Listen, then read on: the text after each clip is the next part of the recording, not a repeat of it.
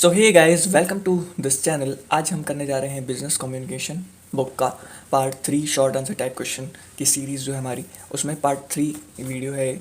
और इससे पहले के जो पार्ट 1 एंड पार्ट 2 हैं, आई होप आपने वो सारे पार्ट्स देख लिए होंगे।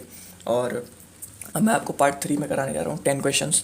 सभी वीडियोज़ में 10 क्वेश्चंस कराए हैं मैंने, ठीक है। और ये 5-6 पार्ट्स में ख़त्म हो जाएगा, जिसमें आपका पूरी बुक जो है वो रिवाइज हो जाएगी अच्छे से। और शॉर्ट आंसर्स करोगे तो इन्हीं से लॉन्ग आंसर्स भी बनते हैं, तो ये आपको हेल्प करेंगे अच्छे से एग्ज़ाम में, ठीक है। तो फर्स्ट क्वेश्चन हम यहाँ पर करने जा रहे हैं, what is mock interview. Mock interview क्या होता है आपको पता होगा। जैसे मॉक टेस्ट होते हैं, आप कोई भी टेस्ट जो रियल टेस्ट होता है उसको देने से पहले आप मॉक टेस्ट देते हो, उससे पहले सेम वही सिचुएशन होती है उस पूरे पेपर में। जैसे आपका प्री बोर्ड होता है, तो प्री बोर्ड में क्या होता है, बोर्ड वाली चीज़ें जो बोर्ड में आपको जैसा पेपर आने वाला है, जितने मार्किंग का आने वाला है, सेम वैसा ही मार्किंग का आपको प्री बोर्ड में देते हैं, क्या ताकि आपकी प्रैक्टिस हो जाए। वही सेम होता है हमारा मॉक इंटरव्यू। मॉक इंटरव्यू में भी हमारा इंटरव्यू जैसा ही इंटरव्यू होता है, लेकिन वो मॉक इंटरव्यू होता है, जस्ट प्रैक्टिस के लिए होता है। तो mock interview refers to create real situation of an interview. इसकी एक रियल सिचुएशन क्रिएट की जाती है, which means having a dress rehearsal of real interview, ठीक है। तो प्रॉपर रियल इंटरव्यू जैसा ही सारी चीज़ें करा जाता है। वहाँ पर जो आगे सामने बैठे रहते हैं वो भी एक वेल एजुकेटेड पर्सन होते हैं, जो क्वेश्चंस पूछते हैं वो भी इंटरव्यू से रिलेटेड ही पूछते हैं। सारी चीज़ें होती हैं, आपको टाइमिंग वगैरह सारी चीज़ें वो देते हैं प्रॉपर। आपकी ड्रेसिंग सेंस, ये सारी चीज़ें आपका सेम वैसा रहता है। दस मॉक इंटरव्यूज़ है sample of real interview. Real interview का एक सैम्पल है mock interview. A mock interview is organise to understand the actual interview, ठीक है। तो एक्चुअल इंटरव्यू को अंडरस्टैंड करने के लिए मॉक इंटरव्यू बनाया जाता है। बहुत सारे लोगों को कन्फ्यूज़न होती है, बहुत सारे लोग जो कॉन्फिडेंट नहीं होते हैं, तो वो मॉक इंटरव्यू दे के देखते हैं कि यार देखता हूँ कि मेरा अभी लेवल क्या है और मैं कैसे लोगों से बात करता हूँ। उन जो आगे बैठे रहते हैं, चीफ चेयरमैन चेयर्स पे बैठे रहते हैं, उन कैसा मैं बात करता हूँ, तो वो इंटरव्यू मॉक इंटरव्यू देते हैं वो, ठीक है। Next question is explain the verbal communication. Verbal communication क्या होती है। तो वर्बल कम्युनिकेशन का मतलब सिंपल सा है कि वो कम्युनिकेशन जिसमें मैसेज जो है वो डिलीवर होता है आपके बोलने से और आपके लिख करके देने से, ठीक है। तो रिटन एंड स्पोकन में अगर आप कोई मैसेज दे रहे हो, जैसे मैं अगर बोल करके आपको बता रहा हूँ कि ये होता है, तो ये क्या है, वर्बल कम्युनिकेशन है। यही चीज़ आप अगर अपनी बुक में पढ़ रहे हो तो वो भी एक वर्बल कम्युनिकेशन है। वो पब्लिशर ने पब्लिश करी है आपके लिए, तो वो रिटन वर्ड्स हैं, रिटन कम्युनिकेशन, तो वो भी एक वर्बल कम्युनिकेशन है। It is a process of communication in which message और ideas is conveyed through spoken और रिटन वर्ड्स, ठीक है। तो स्पोकन और रिटन वर्ड्स से जो है मैसेज है वो कन्वे होता है। This type of communication takes place in different ways such as personal talk, speeches, discussion, reports, instructions, manual, सीटीसी। तो ये जितने भी टाइप्स हैं, पर्सनल टॉक, स्पीचेस, इन सभी में हमारा जो वर्बल कम्युनिकेशन है वो होता है। तो वर्बल कम्युनिकेशन में याद ही रखना है कि ये स्पोकन एंड रिटन वर्ड्स होते हैं, ठीक है। लिख करके और बोल करके किए जाने वाले जो मैसेजेस, जो कम्युनिकेशन है, उसको हम वर्बल कम्युनिकेशन कहते हैं, okay. Next question is what do you mean by non verbal communication. Non verbal communication का मतलब ये है कि जो भी लिख करके और बोल करके नहीं किए जाते हैं, उसके अलावा जितने भी कम्युनिकेशन किए जाते हैं वो सारे ही नॉन वर्बल कम्युनिकेशन होंगे। Non verbal communication involves neither written nor spoken language, ठीक है। ना ही वो बोल करके ना ही वो लिख करके एक्सप्लेन किए जा सकते हैं, उनको हम कहते हैं non verbal, but includes all form of communication that occurs without the use of words, okay. अब without the use of words का मतलब ये है कि बिना वर्ड्स यूज़ करे आप कैसे किसी से कम्यून कर सकते हो। तो आप सबसे पहले जब किसी से मिलते हो तो क्या करते हो, आप उससे हाथ मिलाते हो। हाथ मिलाने का मतलब ये हो जाता है कि एक फ्रेंडली जोन में आप आ रहे हो, उनसे आप एक फ्रेंडली रिलेशन रखना चाहते हो कि हाँ यार मैं आपसे मिला हूँ एंड हमारी बातें होंगी आगे। तो हाथ मिलाते हो, आप एक रिस्पेक्ट देते हो उनको, ठीक है। और बहुत सारे लोग अपने वर्क में, जैसे कि कुछ लोग होते हैं जो ज़्यादा वर्बल नहीं बात करते, जैसे मशीन्स का काम कर रहे हैं और वहाँ पे बहुत ज़्यादा शोर है, तो वो कुछ साइन लैंग्वेज यूज़ कर देते हैं। तो वो सारी चीज़ें क्या होती हैं, नॉन वर्बल होती हैं। It is a process of communicating ideas और message by not using oral और written language, but through facial expressions and body language, ठीक है। तो facial expressions and body language, जैसे आपने बहुत लोगों को देखा होगा, वो अगर किसी को डराना होता है तो वो क्या करते हैं, वो आंखें निकाल के एकदम एकदम आंखें निकाल देंगे उनके सामने, तो वो डराएंगे उससे। या बहुत सारे लोगों को देखा होगा कि अगर उनको गुस्सा आ रहा है तो उनका फेस जो है बिल्कुल रूड हो जाता है, ठीक है। हंसी आ रही है तो खुश हैं तो हंसी आ जाएगी। ये सारी चीज़ें नॉन वर्बल होती हैं, इससे सामने वाले को पता लगता है कि हाँ यार, मतलब मेरी बातों पर रिएक्शन मिल रहा है मुझे, इस तरीके से। 24th question, define personal positive attitude. Personal positive attitude का मतलब है ये है कि एटीट्यूड रिफर्स टू, सबसे पहले एटीट्यूड को समझते हैं। एटीट्यूड क्या होता है? Refers to a mental process of analysing a person, thing और थॉट, ठीक है। तो एटीट्यूड का मतलब ये होता है कि कोई भी पर्सन है वो मेंटली किस तरीके से सोच रहा है, ठीक है। मेंटल प्रोसेस है, वो किस तरीके से एनालाइज कर रहा है एक पर्सन को, थॉट को, थिंग को, कोई भी चीज़ है उसके ऊपर उसके क्या विचार हैं, वो एटीट्यूड होता है। और एटीट्यूड जो होते हैं वो has a strong effect on a person's liking and disliking and also on his behaviour. तो एटीट्यूड जो होता है वो लाइकिंग एंड डिसलाइकिंग पे एक पर्सनल स्ट्रॉन्ग इफेक्ट दिखाता है, ठीक है। पॉजिटिव एटीट्यूड क्या कहता है? तो positive attitude refers to a positive analysis of a subject और our favourable behaviour towards a thing और अ सब्जेक्ट, ठीक है। तो पॉजिटिव एटीट्यूड का मतलब ये है कि आप किसी भी चीज़ को, जो भी चीज़ है जो भी आपके सामने है, उस पर एक एटीट्यूड शो कर रहे हो फेवरेबल कंडीशन में। फेवरेबल का मतलब लाइकिंग कर रहे हो, आप उसको पसंद कर रहे हो, वो सारी चीज़ें आपका पॉजिटिव एटीट्यूड में दिखाता है, ठीक है। अगर यहाँ पर नेगेटिव एटीट्यूड होता है ना, नेगेटिव में क्या होता है? डिसलाइकिंग एटीट्यूड, डिसलाइकिंग बिहेवियर होगा आपका, जिसमें आप अनफेवरेबल बिहेवियर शो करोगे, जिसमें आपको डिसलाइक, आपको पसंद नहीं होगी वो चीज़, ठीक है। एक स्ट्रॉन्ग इफेक्ट होगा आपका, ठीक है। तो उसको हम बोलते हैं negative attitude, negative personal negative attitude उसको बोला जा सकता है। What do you understand by listening? Next question है, what do you understand by listening? Listening क्या होती है? तो listening is an important part of communication process, ठीक है। आप जिसको कम्युनिकेशन कर रहे हो, एक सेंडर होता है, एक रिसीवर होता है। तो सेंडर जब अपनी बातें कहता है तो रिसीवर जो है वो सुनता रहता है। तो listening is a very important part of communication process. Listening does not means to just hearing the message. Listening का मतलब सिर्फ ये नहीं है कि आपको सिर्फ मैसेज सुनना है, rather it means receiving message in a thoughtful manner that leads to understanding of the meaning of in the message।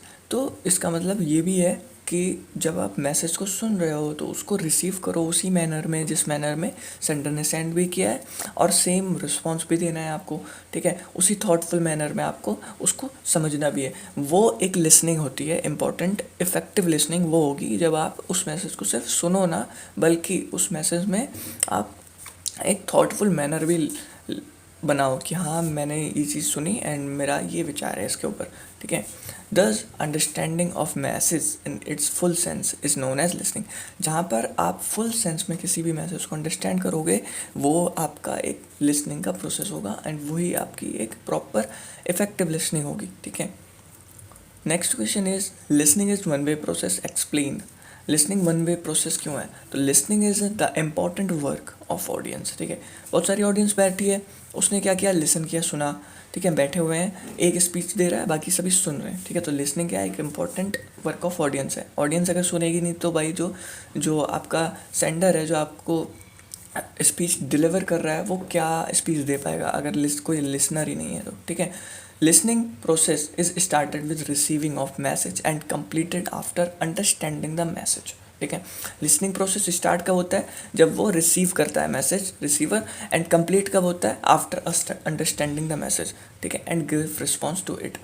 आपको कोई चीज़ बताई गई, आपने उसको लिसन किया, सुना, एंड उसको आपने उसका मीनिंग समझा कि वो बात क्या है, एंड देन आपने उस पर रिस्पॉन्स दे दिया। ये सारी चीज़ें होंगी लिसनिंग प्रोसेस में। इसी से thus it becomes clear that this is a one way process. इसीलिए हमारा एक क्लियर हो जाता है कि ये वन वे प्रोसेस है, ठीक है। Next question is, what do you mean by body language communication? Body language communication हम सभी करते हैं, ठीक है, कुछ ना कुछ सबका स्टाइल होता है। The exchange of message with the movement of different body parts is termed as body language communication. जैसे बहुत सारे लोग बात करते वक्त क्या करते हैं? अपने हाथों से उस चीज़ को रिक्रिएट करते हैं, एक्सप्लेन करते हैं उन हाथों से। या बहुत सारे लोग जब बात करते हैं, स्पीच देते हैं, तो वो चलते हैं, मूव करते हैं, ठीक है, मूव करते हैं या बैठ करके स्पीच भी दे रहे हैं तब भी वो कुछ ना कुछ हाथों से करते रहेंगे, वो सारे बॉडी लैंग्वेजेस होते हैं, ठीक है। वो बॉडी लैंग्वेज होता है जो जैसे कि it includes twinkling of eyes, eyes की ट्विंकलिंग करते हैं, बिटिंग एंड मूविंग लिप्स, ठीक है, लिप्स को मूव करते हैं, देन क्लैपिंग करते हैं, देन नोडिंग ऑफ हेड, ठीक है। ये सारी चीज़ें आपके ETC, ये सारे आपके body language communication. So for example, a traffic policeman control the traffic with the movement of hand is a type of body language. Traffic policeman क्या करता है कि वो अपने हैंड से जो है वो मूवमेंट से ट्रैफिक को कंट्रोल करता है, वो अपने हैंड को मूव करता है कि भाई आओ जाओ या ग्रीन लाइट है, अब जाना है आपको, ठीक है। तो वो सारी चीज़ें मूवमेंट आपने देखा होगा ट्रैफिक पुलिस को किस तरीके से वो कंट्रोल करता है, ठीक है। वो पूरे रोड को अच्छे से कंट्रोल करता है with a body language communication, ठीक है। सो अब हम आते हैं अपने नेक्स्ट क्वेश्चन पर, explain the concept of para language.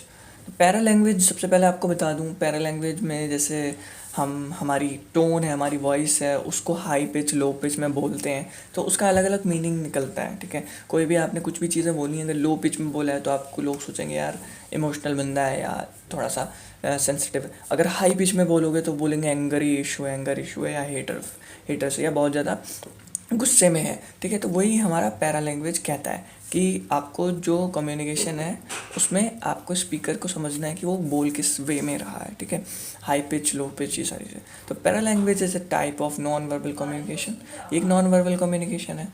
और नॉन वर्बल मतलब जो कि आपको बोल करके और लिख करके नहीं की जाती हैं, वो सारी नॉन वर्बल होती हैं, ठीक है। तो ये एक non verbal communication. In this we study how a speaker say something, ठीक है। तो स्पीकर कैसे उस चीज़ को कह रहा है, स्पीकर ने कोई भी स्टेटमेंट दी है लेकिन हमें उस स्टेटमेंट को समझने के लिए उसी के वे में समझना पड़ेगा कैसे, जैसे कि हमें स्टडी करना पड़ेगा quality of tone, voice, slow और high speed, delivery of words, style of speaking to find the real meaning of the spoken word. मतलब कि हमें क्वालिटी देखनी पड़ेगी, टोन किस तरीके का था, वॉइस कैसी थी, स्लो और high speed of delivery of word क्या था, ठीक है, ज़्यादा स्पीड में स्पीच दिया, स्लो, स्टाइल ऑफ स्पीकिंग क्या था, to find out the real meaning of spoken word. ये सारी चीज़ें से हमको क्या पता लगेगा, रियल मीनिंग पता लगेगा वो जो उन्होंने बोला है, ठीक है। तो वही होता है पैरा लैंग्वेज। एग्जाम्पल है high pitched and loud sound represent anger and hatred, ठीक है। आप किसी से तेज आवाज़ में बात करके देखो, वो पहले ही बोलेगा भाई इतना गुस्से में क्यों है, ठीक है, या इतना ज़्यादा मतलब गुस्सा क्यों आ रहा है भाई, आराम से बात कर ले। तो high pitch and loud sound जो क्या रिप्रेजेंट करता है, एंगर एंड हेट्रेड। वहीं पर सॉफ्ट एंड जो आपका स्मूथ एंड लो पिच्ड जो राउंड है वो क्या करता है, कन्वे करता है लव एंड अफेक्शन। आप किसी से सॉफ्टली बात करो, देखो फिर वो कितने प्यार से आपसे बात करेगा, तो ये क्या होता है, ये लव एंड अफेक्शन टाइप का शो करता है अगर आपने लो पिच में सॉफ्ट या स्मूथ में आपको बात किया। तो पैरा लैंग्वेज मतलब समझिए नॉन वर्बल कम्युनिकेशन। इसमें स्पीकर का पॉइंट ऑफ व्यू समझना रहता है कि एक्चुअल में स्पीकर ने बोला है तो किस वे में बोला है, टोन कैसी है, क्या है, उसके हिसाब से आपको मीनिंग समझना होता है। Then explain the meaning of sign language. Next question is explain the meaning of sign language. Sign language से आपको समझ में आएगा साइन वाली लैंग्वेज, ठीक है। When some signs, symbols, pictures or sounds are used to convey the message, then it is termed as the sign language. Sign language का मतलब जब कोई साइन या सिंबल या पिक्चर या साउंड ये सारी चीज़ें यूज़ होती हैं तो उसको हम साइन लैंग्वेज कहते हैं। कोई भी मैसेज कहने के लिए साइन का यूज, जैसे कि यहाँ पर देखो तो एक सिगरेट है जो जल रही है एंड एक बैन का साइन लगाया गया है उसके ऊपर, ये शो करता है नो स्मोकिंग एरिया, ठीक है, नो स्मोकिंग एरिया। जहाँ भी आप जैसे पार्क में जाते हो, आप किसी मॉल के अंदर जाते हो तो आपको ये साइन मिलता होगा, बिना कुछ कहे आपको एक छोटा सा रिप्रेजेंट सिंबल दिखा रहा है जो कहता है कि नो स्मोकिंग एरिया है, यहाँ पर आप स्मोक नहीं कर सकते। देन सेम आप यहाँ पर देखोगे तो इस सेकंड वाले पोस्टर में डेंजर लिखा है एंड यहाँ पर आपको एक स्केल्टन दिखेगा, एक खतरा लिखा हुआ नीचे।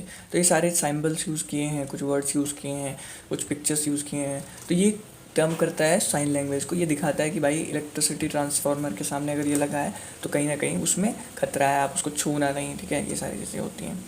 तो ये साइन लैंग्वेज क्या कहता है, फॉर एग्जांपल जैसे ये मैंने आपको बता ही दिया, lighted cigarette with cross over it indicates the smoking is prohibited, तो स्मोकिंग वहाँ पर मना है। Danger written in the red colour near electricity transformer means do not go near them, ठीक है। तो जो भी इलेक्ट्रिसिटी ट्रांसफार्मर है उसके पास जाना मना है। ये होता है साइन लैंग्वेज। साइन लैंग्वेज मतलब साइन से रिप्रेजेंट किया गया है, कुछ मीनिंग कुछ कहने की कोशिश करी गई है, साइन लैंग्वेज होता है। Last question, explain the concept of of proxemics. Proxemics क्या होता है? तो प्रॉक्सिमीज़ जो है वो एक स्टडी है how we use space around us to communicate the message. ठीक है, जो कम्युनिकेशन है वो हमारा किसी भी पर्सन के बीच में हो रहा है, तो उसके बीच में अगर हम स्पेस है हमारा, जैसे मैं किसी पर्सन से बात कर रहा हूँ तो हमारे बीच में कितना स्पेस है, उस स्पेस का स्टडी करना, वही होता है हमारा प्रॉक्सिमीज़। ठीक है, कोई भी कम्युनिकेशन में हमारा स्पेस जो है वो बहुत मैटर करता है। ठीक है, मैं आपसे बात कर रहा हूँ, अगर मैं बहुत दूर खड़ा हूँ तो वो भी एक इफ़ेक्टिव कम्युनिकेशन नहीं हो सकती, और मैं अगर बहुत ज़्यादा पास खड़ा हूँ तो वो अनकंफर्टेबल सिचुएशन हो जाएगी। उसमें आप सिर्फ यही सोचोगे कि यार इतना पास क्यों खड़ा है ये मेरे।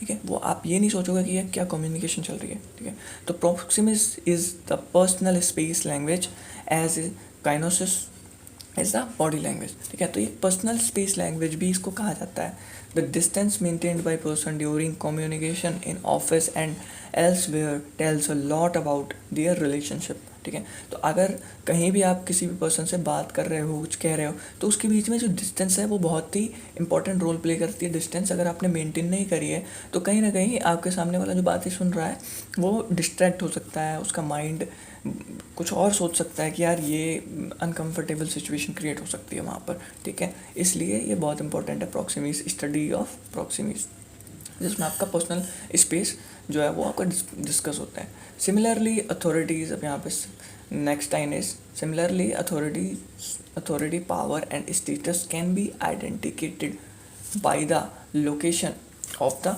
Office and its sitting area. तो यहाँ पर क्या है, अथॉरिटीज़ और पावर्स स्टेटस, जो मतलब बड़े बड़े अथॉरिटीज़ में जो वहाँ पर क्या होता है कि सिटिंग अरेंजमेंट सही से की जाती है, लोकेशन ऑफ द ऑफिस, ये सारी चीज़ें देखी जाती हैं। ठीक है, आपने देखा होगा मीटिंग एरिया भी बहुत डिज़ाइन जब किया जाता है, बनाया जाता है, तो बहुत सोच समझ के बनाया जाता है, गैप कितना होना चाहिए दो कुर्सियों के बीच में, ये सारी चीज़ें, ताकि एक प्रॉपर अंडरस्टैंडिंग हो सके, वहाँ पर जो मीटिंग चल रही है वो प्रॉपर कंडक्ट हो सके। ठीक है, आई होप ये आपके सारे क्वेश्चंस मैंने सही से समझा दिए हूँ आपको। ये आपके 10 क्वेश्चंस थे, पार्ट 3 कंप्लीट हो गई है यहाँ पर, और पार्ट 4 जल्दी आ जाएगा आपका। ये मैं कुछ पार्ट्स बनाऊँगा, 6, 7, 8 पार्ट बना दूंगा, और 20 मिनट्स की वीडियो, ज़्यादा हाई भी वो नहीं है, तो आप इनमें से क्वेश्चन कर सकते हो। और ये पूरी बुक के क्वेश्चन उठाता हूँ, ऐसा नहीं है एक एक चैप्टर के। ये आपका अभी अप्रोक्सीमेटली अभी आपकी 70% बुक कवर भी हो चुकी होगी, ये तीनों पार्ट अगर आपने कर लिए हैं तो। ठीक है, तो 100% बुक कवर करवा दूंगा मैं, और उसके लिए थोड़ा सा और वीडियोस बनानी पड़ेगी, तो वो भी। And short answer type question का ये मतलब मत समझना कि सिर्फ शॉर्ट आंसर टाइप, ये लॉन्ग आंसर टाइप का सिचुएशन भी है, क्योंकि मैं इसमें थोड़ा आपको टाइप्स भी बता देता हूँ कि ये टाइप है, ये टाइप है, ये क्वेश्चन पूछा जाता है, इस तरीके से पूछा जाता है। तो आई होप ये वीडियो पसंद आई हो, अपने दोस्तों के साथ शेयर करना ना भूलें, मेरे चैनल को सब्सक्राइब करें। Thank you so much.